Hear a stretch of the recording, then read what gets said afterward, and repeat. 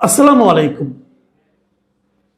প্রিয় দর্শক, আজ মার্চের 10 তারিখ, আর একদিন পর মানে 12 তারিখে জাতীয় সংসদের প্রথম অধিবেশন।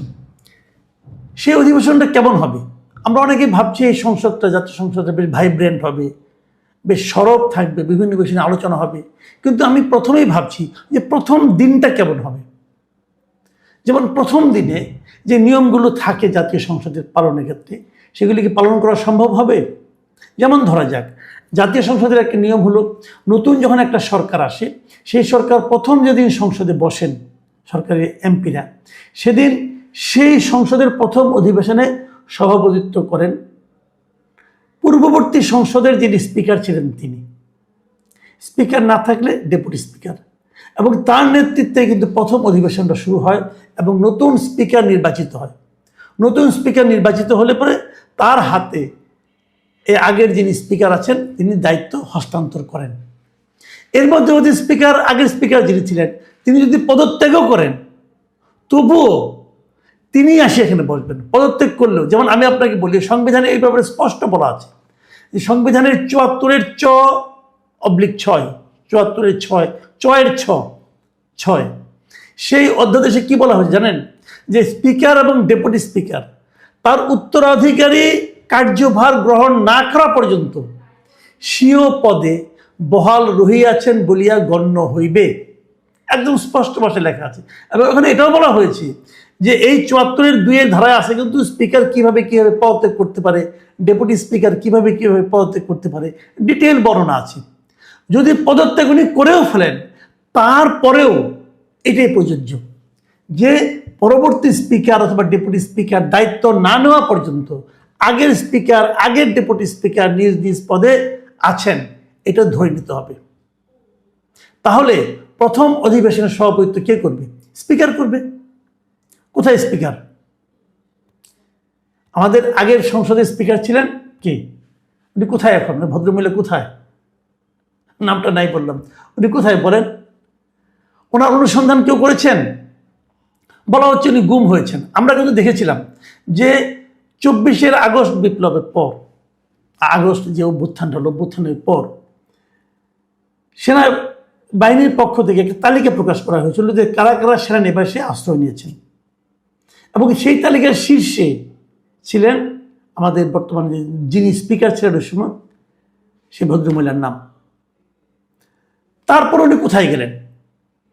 তারপর ওনার কোনো খবর আমরা কিন্তু পাইনি। প্রশ্ন উঠতে পারে না, উনি কোথায় গেলেন? উনি তো আর্মির কাছে ছিলেন। আর্মি থেকে বের করে দিয়েছেন। কেন দিলেন? কবে দিলেন? কিভাবে দিলেন? তারপর বের করে দেওয়ার পর উনি কোথায় গেলেন? উনি কি হেঁটে হেঁটে সীমান্ত পার হয়ে গেছেন? আমরা এই ধরনের কোনো খবর এখনো পাইনি। উনি কি অন্য কোনো দেশে গেছেন? ইমিগ্রেশন আমাদের এই ধরনের কোনো ইনফরমেশন দেয়নি। তাহলে উনি কোথায়? উনি কি গুম হয়ে গেছেন? ওনাকে গুম করে ফেলা হয়েছে? আমি কিন্তু এই প্রশ্নগুলো করছি এখন। তাহলে অন্তর্বর্তীকালীন সরকারকে আগে স্পিকারকে গুম করে ফেলেছে? কোথায় তারা গুম করেছে? গুম কমিশন এটা কেন খুঁজে বের করে না? একজন লোক, তার কোনো খবর নাই, তাকে কেউ খুঁজে পাচ্ছেন না, সে কোথায় গেলেন? বের তো করতে হবে। আপনি যেমন আজকে স্পিকারে, যখন আপনি এই অনুষ্ঠানটা করবেন 12 তারিখে, আপনি কি আগে স্পিকারকে খুঁজেছেন? আগে স্পিকারের ঠিকানায় কোনো চিঠি পাঠিয়েছেন? পাঠালে সেই চিঠির কি ভবিষ্যৎ হয়েছে, কি অবস্থা হয়েছে, চিঠি কেউ গ্রহণ করেছে? এগুলো তো আমাদের জানতে হবে ভাই। মানে গাইড জুড়ে তো আপনি সব করতে পারবেন না। আপনি বলছেন, যেমন আমি বিএনপিকে বলছি, বিএনপির ওই সংবিধান সংশোধন পরিষদের সদস্য হিসেবে শপথ নেয়নি। কেন নেয়নি? বলেছিল এটা সংবিধানে নাই। ওকে ফাইন, সংবিধানের প্রতি আপনাদের যে ভালোবাসা, সংবিধান মানার প্রতি যে মানসিকতা, এটা আমাকে মুগ্ধ করলো। ঠিক আছে, তাহলে প্রথম অধিবেশনটা করার সময় আপনি কেন সংবিধান মানবেন না? কেন মানবেন না? স্পিকারকে খুঁজে বের করেন। কোথায় স্পিকার? আচ্ছা ঠিক আছে, স্পিকার নাই, ধরে নিলাম স্পিকার গুমি হয়ে গেছে। তাহলে স্পিকারের অনুপস্থিতিতে কি হবে? Deputy speaker. ডেপুটি স্পিকার তো গুম হয় নাই। ডেপুটি স্পিকারকে আপনারা একটা মামলায় জেলে নিয়েছেন। সেই মামলায় উনি কনভিক্টেড হয়েছেন, মানে ওনার অপরাধ কি প্রমাণিত হয়েছে? ওনার বিরুদ্ধে কোনো সাজা ঘোষণা করা হয়েছে? না, কিছুই হয়নি। জাস্ট ওনাকে আপনারা আটকে রেখেছেন। তো ওনাকে জামিন দিয়ে দিলেই হয়। অথবা জামিন দিতে চান না, দিবেন না, তাহলে তো ওনাকে প্যারোলে নিয়ে আসেন সংবিধান এই সংসদ পরিচালনার জন্য সংবিধান অনুযায়ী, সেটা করেন। আপনি তো তাও করছেন না। তাহলে এই যে হবে এবার, এর আগে সংসদগুলো আমার স্পষ্ট মনে আছে, একটা এরকমই রক্তক্ষয়ী আন্দোলনের মাধ্যমে কিন্তু এরশাদ সরকারের পতন হয়েছিল। তারপর 91-এ যখন নাকি খালেদা জিয়ার সরকার, খালেদা জিয়ার যে সরকারের বিজয়ী হলেন, তখন খালেদা জিয়ার বিএনপির লোকজন এবং আওয়ামী লীগের লোকজন তারা যখন সংসদে বসলেন, প্রথম অধিবেশনের সভাপতিত্ব কে করেছিল? এরশাদের সংসদের যিনি স্পিকার ছিলেন সেই শামসুল চৌধুরী। তো শামসুল চৌধুরী যদি সেবার করতে পারে, তারা তো একটা আন্দোলনের মাধ্যমে গিয়েছিলেন, তখন তো কারো কোনো সমস্যা হয়নি। তো এখন এই মানসিক সমস্যাটা কেন হচ্ছে? এটা কি মানসিক সমস্যা নাকি মানসিক সংকীর্ণতা? আপনারা তো আওয়ামী লীগের রাষ্ট্রপতিকে সহ্য করছেন, তাহলে আওয়ামী লীগের স্পিকারকে সহ্য করতে পারছেন না কেন? একটা সাংবিধানিক ধারাবাহিকতা রাখেন। আমরা জানি না এটা শেষ পর্যন্ত কী পরিণত হবে। আমি অনুরোধ করব, বিএনপির উচিত হবে স্পিকারকে শিরীন শারমিন চৌধুরীকে খুঁজে বের করা এবং ওনাকে রিকোয়েস্ট করা যে আপনি আসেন, আমাদের এখানে সভাপতিত্ব করেন। উনি যদি না করেন তখন এক কথা, যে আমি করবো না, করতে চাই না, তখন আপনি বিকল্প হিসেবে ডেপুটি স্পিকারের কাছে যাবেন। যদি উনিও না করেন যে আমি এটা করবো না সভাপতিত্ব, তখন আপনি বলতে পারেন যে আমার সময়ের প্রয়োজনে আমাকে কিছু একটা করতে হচ্ছে, সেটা এক কথা। কিন্তু সেই সময়ের সেরকম প্রয়োজনীয়তা দেখা দেয়নি, তাহলে কেন করবেন না? এইগুলো একটা বিষয়।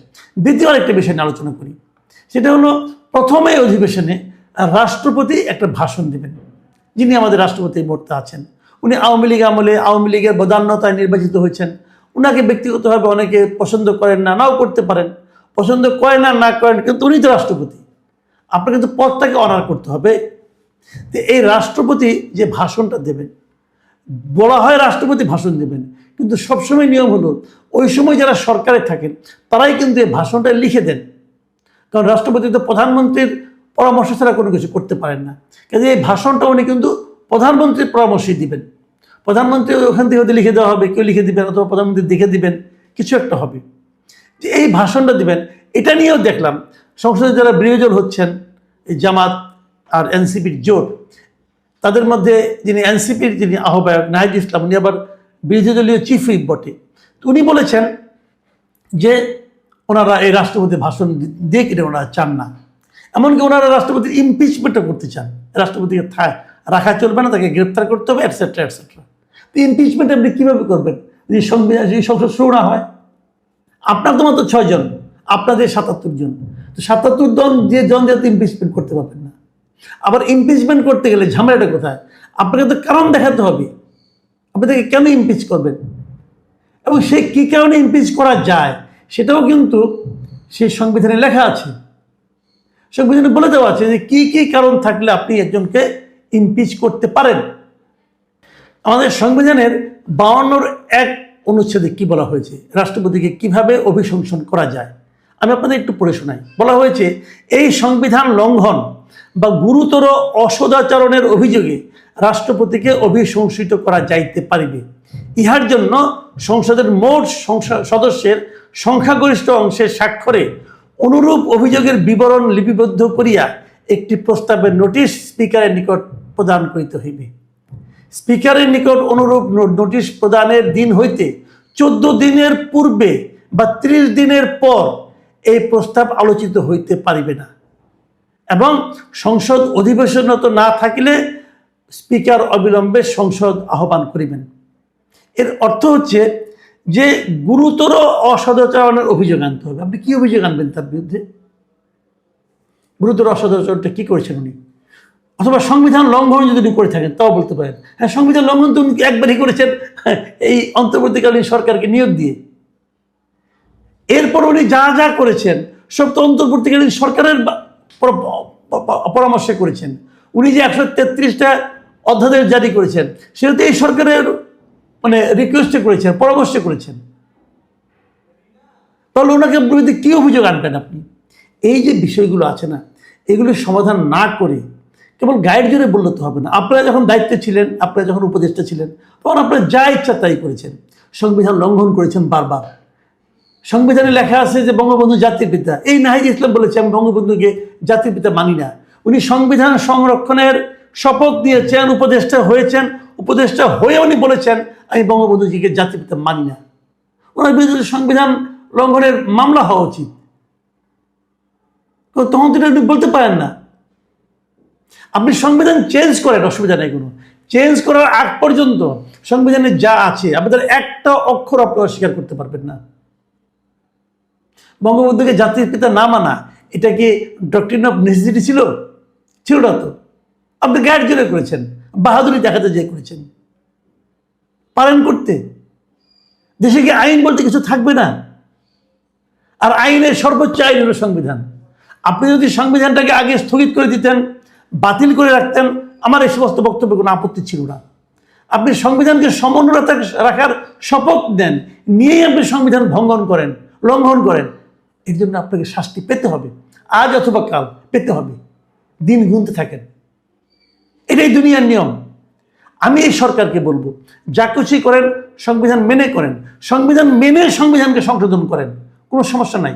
আপনাদের সুবিধা মতো আপনারা করেন, তাও কোনো আপত্তি নাই। কিন্তু যতক্ষণ সংশোধন না করবেন ততক্ষণ পর্যন্ত মানবেন, এটাই যত। আপনি যদি না মানেন, আপনারা যদি আপনাদের ইচ্ছা মতো করেন, ইচ্ছা মতো রাখেন, ইচ্ছা মতো ফেলেন, তাহলে একসময় সাধারণ মানুষই কিন্তু বলবে আমরা এই আইনটা মানি, এই আইনটা মানি না, আমাদের ভাল লাগে না, কাজে মানি না। এই ধরনের তখন একটা অরাজক পরিস্থিতি তৈরি হবে। কিন্তু প্রিয় দর্শক, এখন এ পর্যন্তই। আল্লাহ হাফিজ।